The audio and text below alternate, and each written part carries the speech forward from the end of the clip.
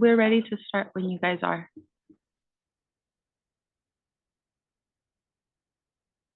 Modesto is ready when you are. It's 10 o'clock. Shall we call the meeting to order and have roll call, please? Mr. Schneider, Here. Mr. Smithhammer, Here. Mr. Hill, Here. Mr. Blackburn, Blackheart, Blackheart, yes. Dr. Blackheart. Thank you. We have quorum. Ask for approval of calendar items 9 through 11. Will you please turn your microphone on? Got it. Thank you.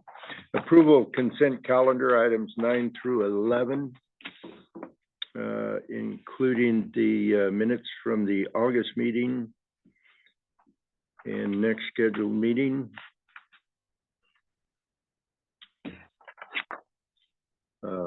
Any motion? I move to approve. All in favor? I think we have to have a second. Oh, I'm sorry, we have to have a roll call vote? We have to have a roll call vote, correct? Okay, someone needs to move to approve, and then we need a second motion. Second. Can you, since roll we don't call. have name tags, I'm sorry, can you guys say your names, who's moving and who's seconding, please? I'm sorry. That's all right. Mike made the motion, and see Bruce seconded. Is that sufficient? Yes. All right, We'll then take a roll call vote, please, for consent calendar approval. Mr. Schneider, Yes, approved. Mr. Smithhammer, Yes. Mr. Hill, Yes. Dr. Blackheart. Yes. Motion passes. The next item on the agenda is the public hearing for Amethyst Advanced Fuels and Keys. Well, they don't have a chair for you. All right, I guess, can you bring a chair up, please, so you can get to a microphone?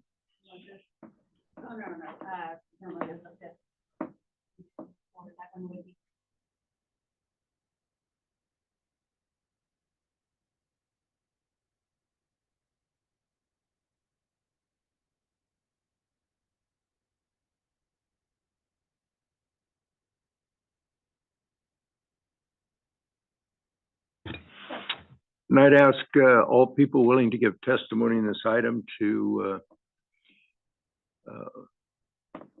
swear in.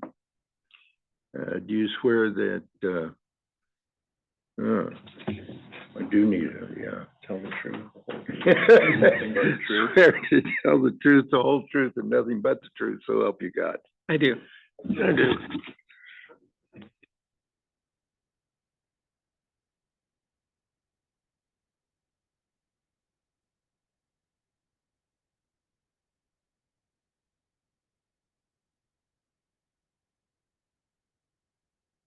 Are we Staff ready report, please.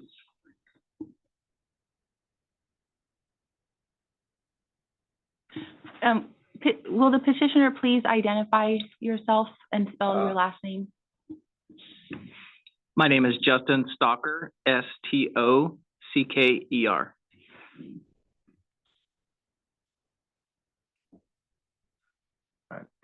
Okay, good morning, everybody. I'm Chris Kalash, and I'm a air quality specialist here at the district. And before you this morning is Amethyst, and they operate a fuel-grade ethanol production facility that produces ethanol from the fermentation and distillation of corn.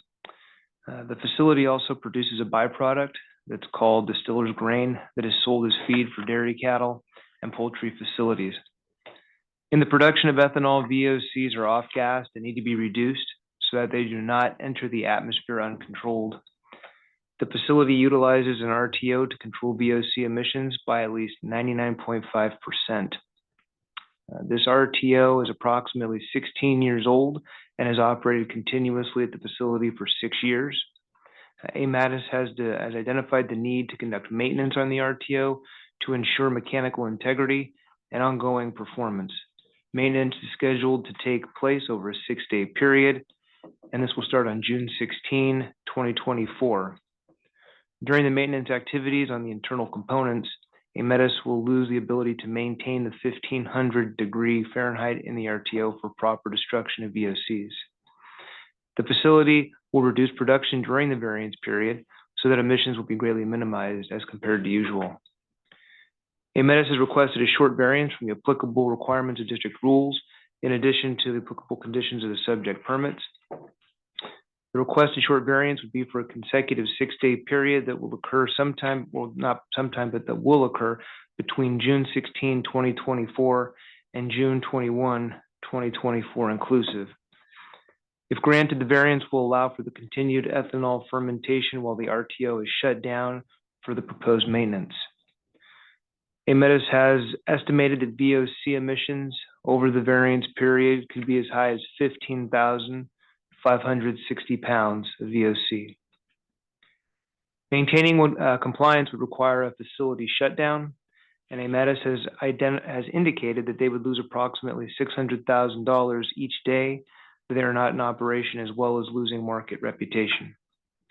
The district believes required findings as set forth in the California Health and Safety Code can be made and recommends that AMATIS be granted a short variance of the conditions on pages 4, 5, and 6.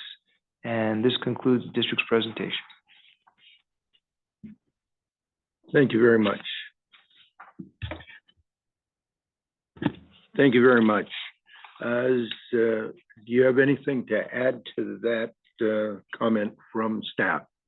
No, I do not. All right. If not, any comments from the board? Any questions, any concerns? Maybe you could say, like, what did you find that was going wrong? Is it just regular maintenance or is it not working? No, it's operational. We just identified we have to do source testing on an annual basis, and we just noticed some changes in the source test from last year that could put us to potential to fail the unit for the destruction for this period. So there's maintenance that needs to be done, and it's been 6 years since the maintenance has been done previously before. Okay, thank you. That was Mike, by the way. Just a question from Gerald. Do you have all the parts? I know we've run into issues and other companies run into issue with parts availabilities. This seems like a very short period for maintenance. Is everything prepared? Yes, we've already been in talks with our oxidizer company to come out to do that for probably about a few months now. So we're already on the board and reached out to Lisa Middleton on the process of how we can shut down, and they recommended to apply for a variance. Great. Okay, great. Thank you. Any other questions? So is the normal process to wait until this annual source testing shows a problem, and then planning remediation rather than doing some upkeep on the units on a regular basis? There is continuous maintenance that we do internally, but however, with the RTO unit, it's a very precise machinery that has to be a qualified personnel. So it's going to be an extensive process to take it apart and going through the internals that nobody on staff is qualified for. As far as noticing some things, it's only done annually on the emissions testing. So we don't know until we hook up an instrumentation. It's a big old trailer instrumentation unit that gets all hooked up and then gives us the readings. We won't know those readings, those destruction readings, until we do a source testing.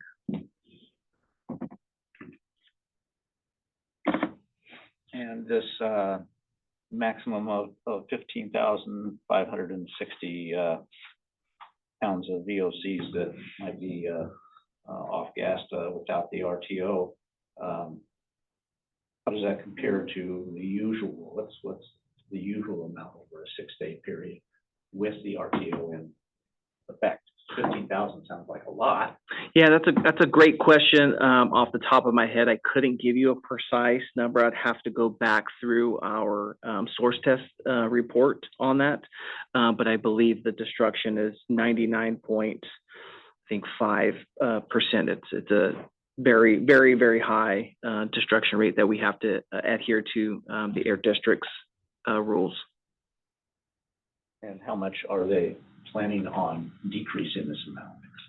It won't decrease. It'll just keep the operational unit operating correctly. So it won't. The maintenance that's being done on it. It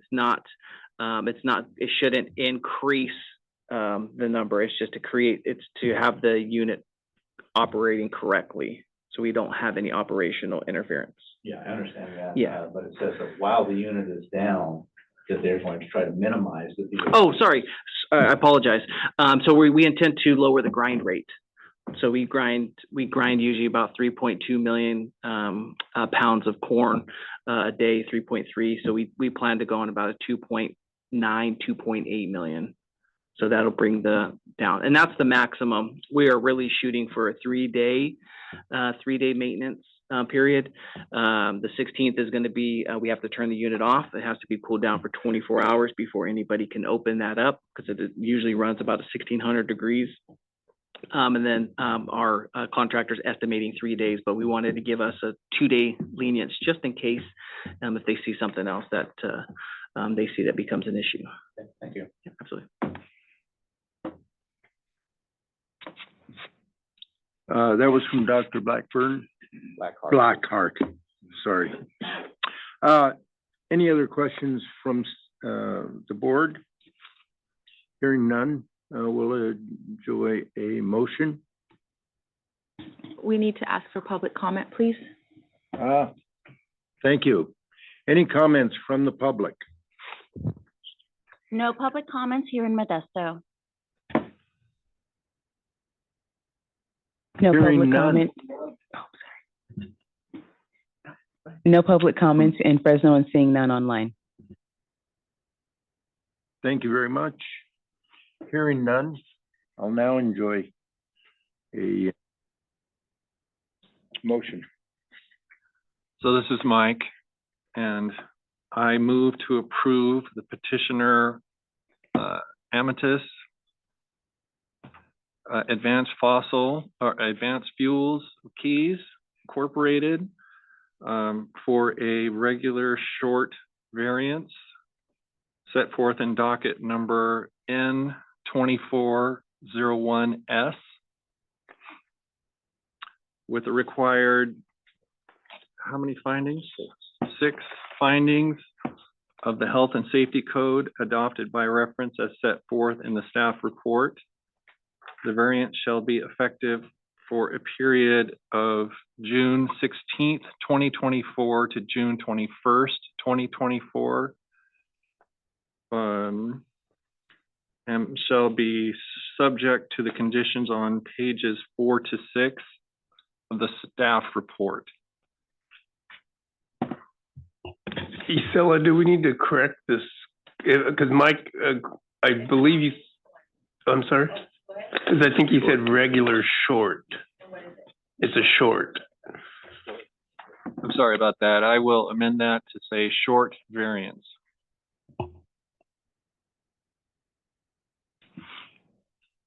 We have the motion. Is there a second? I second it. That was from Mr. Hill.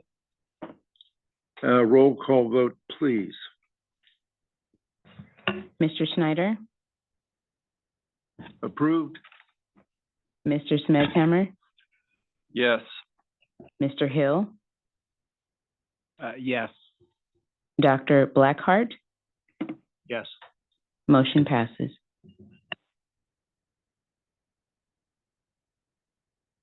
Is there any other new business for the board? We need to ask for public comment on items not on the agenda, please. Thank you. Any public comments for items not on the agenda? No public comments here in Modesto. No public comment in Fresno and seeing none online. Any further comments from the hearing board members? Hearing none, any new business? Hearing none, we'll adjourn the board meeting. Thank you very much for your participation. Thank you. Thank you.